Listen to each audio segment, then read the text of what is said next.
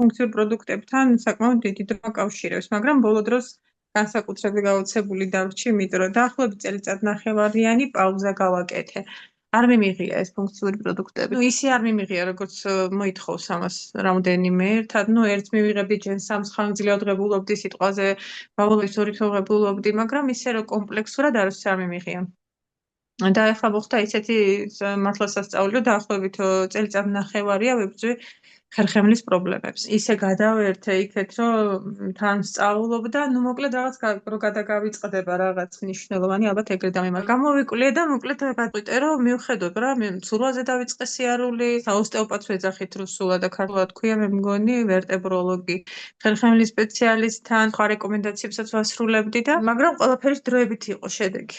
აბსოლუტურად დროებით. როგორც კი დავიწყე უკვე ჯიფოს პროდუქტების მიღება, მე ამ წუთებს ღებულობ STEM-D3 და ომეგაც დავიმატე და დღეს დავიწყე ომეგის დალევა. მართლა უძლიერესია, მინდა გითხრათ, სიმართლე გითხრათ, ერთი კვირა ვფიქრობდი, რომ შეიძლება სხვა რაღაცა იყოს მიზეზი მეთქი და რაღაცნაირად ვაკვირდებოდი ჩემ თავს, რომ იქნება ცოტა ხანში კიდე ამტკივდეს, იმიტომ რომ კისრის და გულმკერდის ზონის პროტრუზია მაქვს გულმკერდზე 2 და კისერზე 1, მაგრამ ისეთი ძლიერი ტკივილები მქონდა ამ ზონაში, რომ აუტანელი, ბოლოს დამეწყო მაღალი წნევები, ტკივილზე ხო საერთოდ არ მაძინებდა, ღამეები უძილობა, ამან ნევროზული ფონი გაამწვავა ისეთი, რომ მოკლედ საშინელი და დავიწყე თუ არა STEM-ის და STEM-D3-ის მიღება, დაახლოებით გეტყვით ახლა ეს იყო 2 კვირაში უკვე ვიგრძენი შედეგი და მესამე კვირა ვაკვირდებოდი. ცოტა შოკი მქონდა სიმართლე გითხრათ, იმიტომ რომ არ მოველოდი, ნამდვილად არ მოველოდი.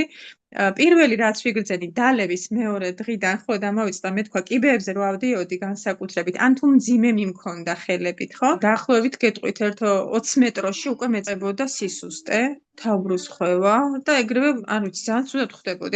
არ შემეძლო, გავჩერდებოდი, დავისვენებდი, მეთქი რა მჭირს და ანალიზები რო გადავაბარე, რკინა და ფერიტინი მქონდა დაბლა ზღვარზე, სავარაუდოდ მაგას დავაბრალი. მეორე დღეს მომიწია რაღაც დატვირთვა და დავეძალე თავს რაღაც ყოჩაღად რო ვიგრძენი თავის ու დამავიწყდა.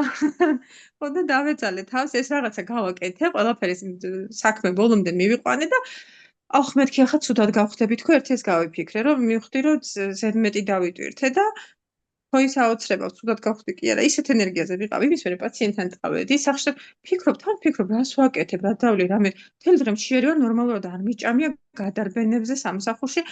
ფიქრობ, რომ რა გავაკეთე ისეთი, რომ ესე კარგად ვარ და რომ არაფერი გარდა იმისა, რომ STEM-ის დალევა დავიწყე და მერე დავიწყე უკვე რაღაცებს უფრო დაკვირვება.